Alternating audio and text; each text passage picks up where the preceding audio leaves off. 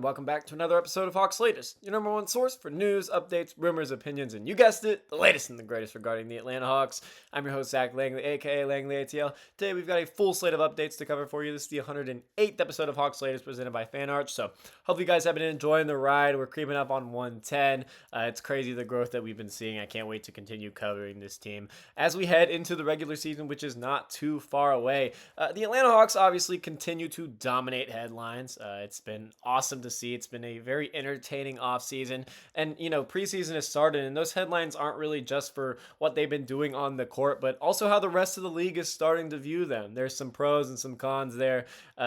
Some people are viewing the Hawks as one of the best teams really in the Eastern Conference, and some are viewing them as a little bit overrated. We're going to talk about that a little more later, but we're going to break down several big storylines in today's episode, just coming out of the NBA landscape, and specifically with the Hawks.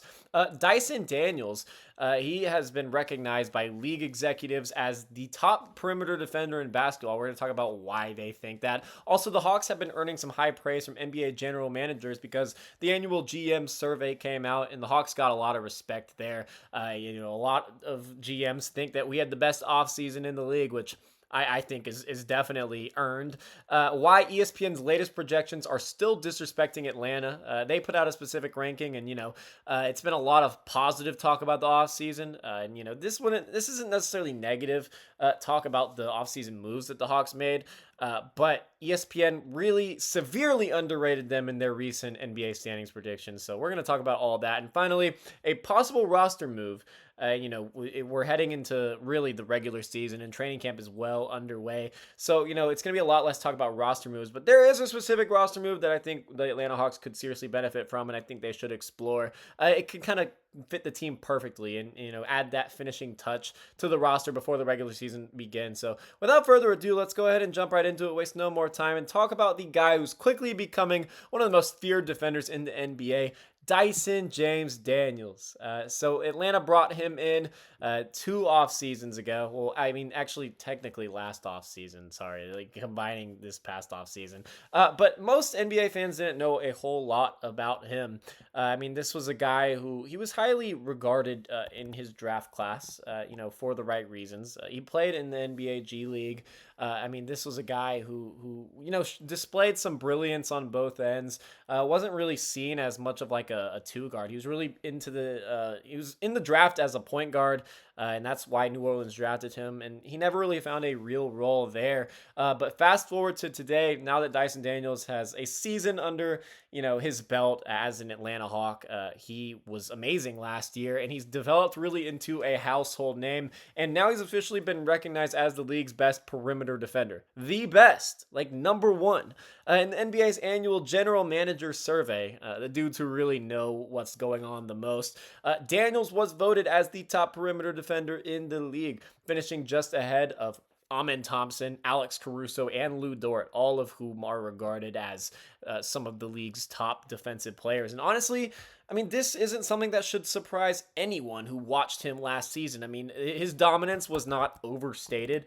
This was a guy who was completely dominant on the defensive end. Definitely one of the most disruptive seasons in NBA history. He got absolutely robbed for Defensive Player of the Year. He finished second. That should have gone to him over Evan Mobley. He had a breakout campaign for the Hawks last year.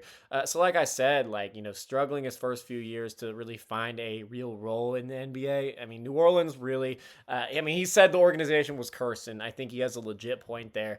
Was never really able to carve out a firm rotation spot, but he did as soon as he hit Atlanta. They were like, we're going to use him as a combo guard next to Trae Young and perfectly complement Trae Young's strengths and weaknesses with this guy, Dyson Daniels. Not a lot of people bought into the vision at first because Atlanta bringing him in, they gave away one of their top scoring guards, DeJounte Murray, who, a lot of fans developed a real connection with just because, great scorer, but, didn't really bring much else. But that's not to knock on Murray, but it's not what Atlanta needed at the moment. So they decided, screw what everyone else thinks. We are going to bring in this kind of a project, and it sure did pay off. His first season in Atlanta is going to go down as one of the best defensive seasons ever by a guard. He finished second in DPOY, like I said. He won Most Improved Player, which is an unreal stat, and he helped transform Atlanta's defensive identity. He really did it by himself, honestly. He's making everyone play, kind of like up to what they could be. Statistically, what he did, it was historic. Daniels averaged 3.01 steals per game. Over 3 a game is ridiculous. He was the first player to average over 3 since Alvin Robertson all the way back in 1991. He totaled 229 steals last season. It was the most in the NBA since Gary Payton in 1996, who's known as one of the best defensive guards ever. To put that into perspective, he had 98 more steals than the next closest player. That's how real it was. Shai Gilgeous-Alexander was second, and that is the largest gap between first and second place in NBA history. And his efficiency was equally as insane. He posted a 1.31 steal to foul ratio, meaning he got more steals than fouls, something that really hasn't been done at that level since Allen Iverson in 2003. The impact wasn't just personal. Behind Daniels' defensive presence, the Hawks' defensive rating as a team improved drastically. I mean, this was a team who was 27th in the league the year prior to bringing in Daniels with that Trae Young, DeJounte Murray backcourt that was destined to fail from the start. They were 27th in the NBA in that 2023-24 season, and in Daniels' first year, they jumped all the way up to 18th. That is the 6th best improvement by any team in the NBA, and expect that to go up, much further this upcoming season, just considering Atlanta's keeping their core together, but also brought in several great defensive players. They brought in Nickeil Alexander-Walker. They brought in Kristaps Porzingis. They brought in a bunch of guys that can really contribute and fit into this identity more. So they're going to seriously benefit off of that, and Dyson himself is going to also benefit from not having to be the only elite defender on the team. At just 22 years old, Daniels became the youngest player in recorded history to notch 200-plus steals in a season, surpassing even Magic Johnson's mark from the early 80s. He also added 55 blocks, leading the entire league in total stocks, that is steals plus blocks, with 284. And here's a bit of fun history. Daniels becomes the first guard to lead the NBA in that category since Michael Jordan in 1988. Just an absolutely historic season for him. So, not only is he the best perimeter defender in basketball right now, voted by GMs, he's doing things we haven't seen in over 3 decades. The scary part is that this was just his first season as a full-time starter. First season in an actual role in the NBA, so we haven't even seen a glimpse of what his offensive game could become. We haven't even really seen too much of a glimpse of what his defensive game could become. This is a very raw player with still a lot of room to grow, and the fact that his first year starting to show it was last year where he averaged 14, like 5 and 5, and it was more than that. It was different from 5 and 5. I don't have the numbers on deck right now, but a solid offensive player last year who's only going to grow more, and we know how dominant he is defensively. With more experience, the ceiling only goes higher, and it's an exciting future for Dyson Daniels in Atlanta as Trae Young's backcourt mate. While Daniels is turning heads individually, the entire Hawks organization is getting some serious respect as well. In that same GM survey that we talked about in the last segment, Atlanta was voted as the team that had the best offseason in the NBA. And it was actually by a wide margin. This was a little bit surprising, just considering all the other, organizations that had good off seasons. There was plenty. This is a pretty big off season. A lot happened. And I think, obviously Atlanta deserves to be in that conversation. I think they had the best off season, but it was kind of shocking to see how much of a gap Atlanta had. And just in terms of how many people voted for them to have the best off season in the NBA. Over half the league's general managers, 53% picked the Hawks as the team that improved the most over the summer. The next closest team was the Houston Rockets, who only got 27. That's not even close. The Hawks clearly made an impression this offseason. GM Onzi Soleil clearly made an impression this offseason. I'm surprised the Rockets weren't one. Not that I think the Rockets had a better offseason than the Hawks, but I feel like they would get more national respect. They brought in Kevin Durant, first of all, one of the best scorers of all time. But they also, made like subtle moves for Dorian Finney-Smith and Atlanta's Clint Capella. They're a team that seriously improved around the margins. I'm surprised they didn't get a little more love from NBA GMs, just considering, history and everything. But Atlanta seriously got that love, and it's awesome to see. The reason it all comes down to the work of GM Onzi Soleil. Since taking over for Landry Fields, this past offseason, Saleh has completely reshaped the roster, balancing the immediate needs around Trae Young while also thinking long-term, not mortgaging the future at all. Keeping the core together, just bringing in guys. You brought in Nikhil on a 4-year deal, but Nikhil matches the timeline.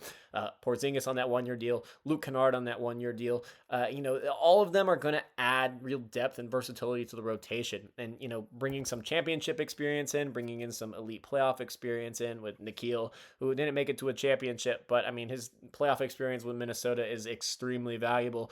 Kristaps Porzingis is going to be giving the team a stretch big who can protect the rim and space the floor at some of the most elite production in the NBA. Alexander Walker brings defensive toughness and secondary playmaking. Kennard adds elite shooting and also secondary playmaking. Just a lot of defenders. A lot of playmakers in that second unit, even though there's not a traditional backup point guard. Something every Trae Young-led team really thrives on. If you bring it back to draft night, Saleh managed to pull off that unbelievable trade down and still land that future asset, that unprotected 2026 first-round pick, potentially the best asset in the NBA, setting Atlanta up beautifully for the future. All of that in just one offseason. It's clear why Atlanta's getting respect as one of the teams who had one of the best offseasons, and they got respect as the team who had the best offseason. They're calling the Hawks the winners of the summer. Atlanta went from being a middle of the pack team to what now many view as a top 4 team in the Eastern Conference. That's not just optimism from fans; it is coming directly from decision makers around the NBA. So clearly, guys with a lot of merit to speak on certain situations like this. Now, when I talk about how many view the Atlanta Hawks as a top 4 team in the Eastern Conference, clearly not ESPN. Not everyone is on the same page. In ESPN's latest projection, analyst Kevin Pelton, who has written a lot about the Hawks, so I'm surprised that he has us here. He has the Hawks just winning 44 games and finishing 7th in the Eastern Conference, behind Cleveland, Orlando, New York, Indiana, Boston, and Milwaukee. That's right, 7th. Pelton argues that while the Hawks' offseason was positive, it wasn't transformative.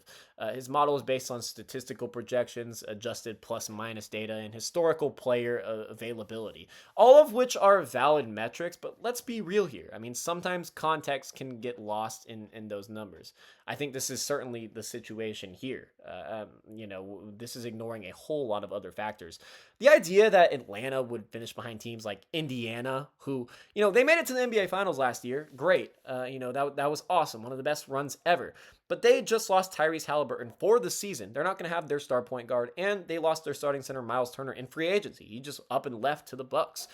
So they're seriously going to take a huge step down. The Boston Celtics, who they're behind, they're dealing with that serious front court depth issue, with Jason Tatum, who's going to miss most of the season, but now all of a sudden they're saying he's going to come back. So we do need to watch out for that. But in terms of the regular season, Atlanta should be comfortably ahead of them in the stadium. In the standings. The stadium? What am I talking about?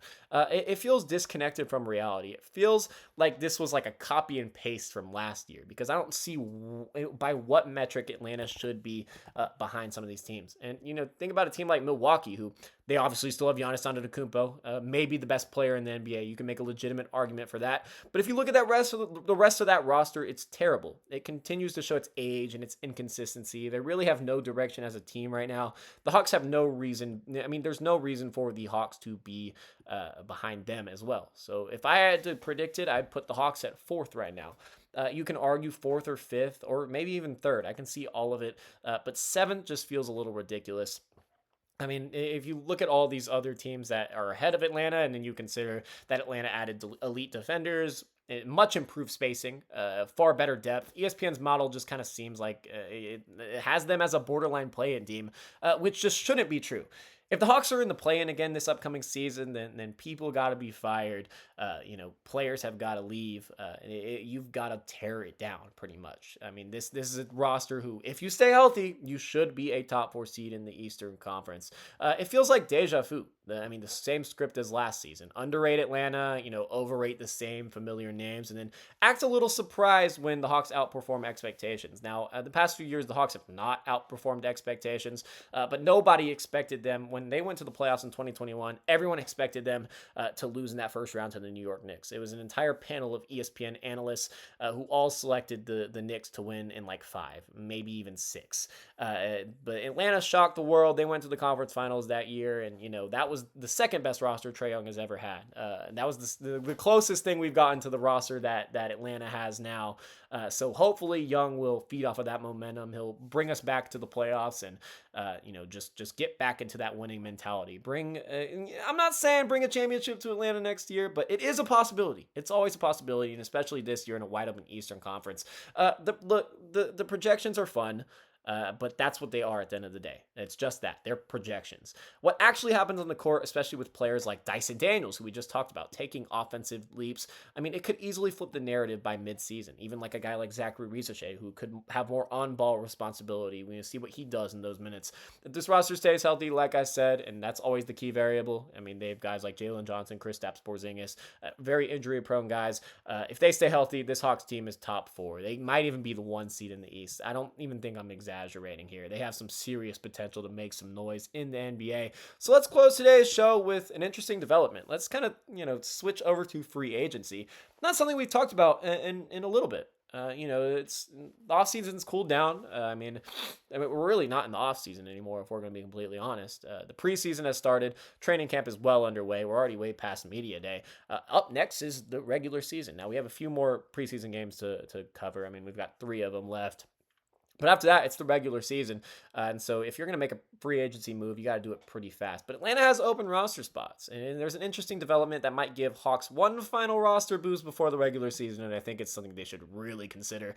The Indiana Pacers yesterday made a pretty surprising move. They signed veteran guard Cam Payne. And while on paper, that's fine. Like, they need an offensive guard. They lost Hallie for the season. They're kind of just like, trying to make a move to at least keep them a little bit competitive. In the process, they waived DeLon Wright to make room. And that decision immediately caught the attention of Hawks fans, myself included, and for good reason. Wright played with Atlanta a few years ago, as we all know, but he's a guy who has organizational familiarity. He fits the system perfectly. He fit the system perfectly when he was here a few years ago. I mean, his archetype, he's a high IQ guard who defends. He has good shot selection, takes smart shots. He doesn't need the ball to make an impact. And that is why in those spot minutes, especially towards the end of the season and the postseason, and that one lone season with the Atlanta Hawks, he looked very effective next to Trae Young, just considering he doesn't have to have the ball in his hands. He's a low volume, high impact player. The Hawks could seriously use another steady hand at the guard position. After trading away Kobe Buffkin, as we all know, to the Brooklyn Nets for just cash considerations, nothing else, no pick. That doesn't really matter in the context of what I'm talking about, but it's still, I wouldn't say it's ridiculous because I wasn't too high on Kobe Buffkin, but, only getting cash considerations. It leaves room to bring in someone. Trae Young is the only true point guard on the roster other than Keaton Wallace, who has shown flashes, but is still on a 2-way contract, so not officially with the ball club. Now, the front office has said they're comfortable, entering the season without a traditional backup point guard, and that is completely fine. I like the ideology. I think that's a good idea. I mean, Saleh mentioned that, when he was over in Golden State, they didn't have a true backup point guard behind Steph Curry, and that worked out just fine. And, Atlanta brought in Nickeil Alexander-Walker and Luke Kennard this offseason, who are seriously going to handle some secondary creation duties. And, that's a great philosophy because they're both very capable. I think they even showed that in just the first preseason game. I think we all see the vision there. But I think a situation of like bringing a guy like DeLon Wright back, it wouldn't disrupt that plan. It would be a 1-year minimum. He doesn't need heavy minutes. He's not even a guy who would have to play every night. He'd simply be reliable insurance. I don't see, there's no harm in making a move like this. He's a veteran who knows the system. Well, I can't say he knows the exact system because Atlanta still had Nate McMillan at the time, but he would adapt quickly. He knows people within Atlanta's organization, and he can step in seamlessly if injuries hit or if the second unit struggles early. We expect a lot out of Atlanta's second unit. We think they have one of the best in the NBA. But you never know with bench units. That could quickly change. Atlanta could quickly be like, okay, we need a guard. we need a guard bad. We need someone to facilitate at a higher rate. Maybe Nikhil and Luke are disappointing in that category. They're acting more as catch and shoot guards. And Atlanta's like, okay, we need someone who can facilitate offense. A guy and also play to the system, play off ball, decent 3-point shooter. DeLon Wright fits all of those needs. Last season with the Knicks, I mean, Wright averaged modest numbers, about 4 points and 2 assists and 2 rebounds per game, but his impact goes far beyond the stat sheet. This is a guy who you cannot measure with statistics. I mean, his impact is there, even though it might not necessarily show up on the score sheet. His defensive awareness and calm decision making would mesh perfectly with this new look Hawks identity, this two-way Hawks identity. So while it's not a flashy signing, it's not something that's going to really gain headlines. This is something that could seriously benefit Atlanta down the line, especially if they get off to a slower start, especially in the second unit. It's the kind of under the radar move that ends up seriously mattering in the long run. So there you have it. Dyson Daniels getting well-deserved recognition as the NBA's top perimeter defender, which I certainly agree with. The Hawks are getting respect across the league from general managers. ESPN, of course, is still sleeping on them. That's nothing new. And a potential opportunity to round out the roster with a familiar face in DeLon Wright, just kind of fell into Atlanta's lap. The momentum in Atlanta right now is real. I can't wait for this regular season to start. From the front office to the locker room to the court, everything feels aligned for the first time in a while. If this team can carry that energy into the regular season, the Eastern Conference better be ready, because this is going to be a fun year. So that's going to do it for today's episode of Hawks Latest. If you enjoyed today's breakdown, be sure to like, subscribe, and hit that notification bell so you don't miss a single update here on the channel. We're going to be pumping out videos every single day, keeping you guys informed on the latest and the greatest regarding the Atlanta Hawks. But let me know down below in the comments. I mean, what do you think about potentially bringing in DeLon Wright? Do you think Dyson Daniels can take another offensive leap heading into the season? I mean, do you agree with his placement as the top perimeter defender over guys like Lou Dort, Herb Jones, Alex Caruso, all those guys? And let me know just down below thoughts. Once again, I'm Zach Langley, aka Langley ATL, and I'll see you guys next time.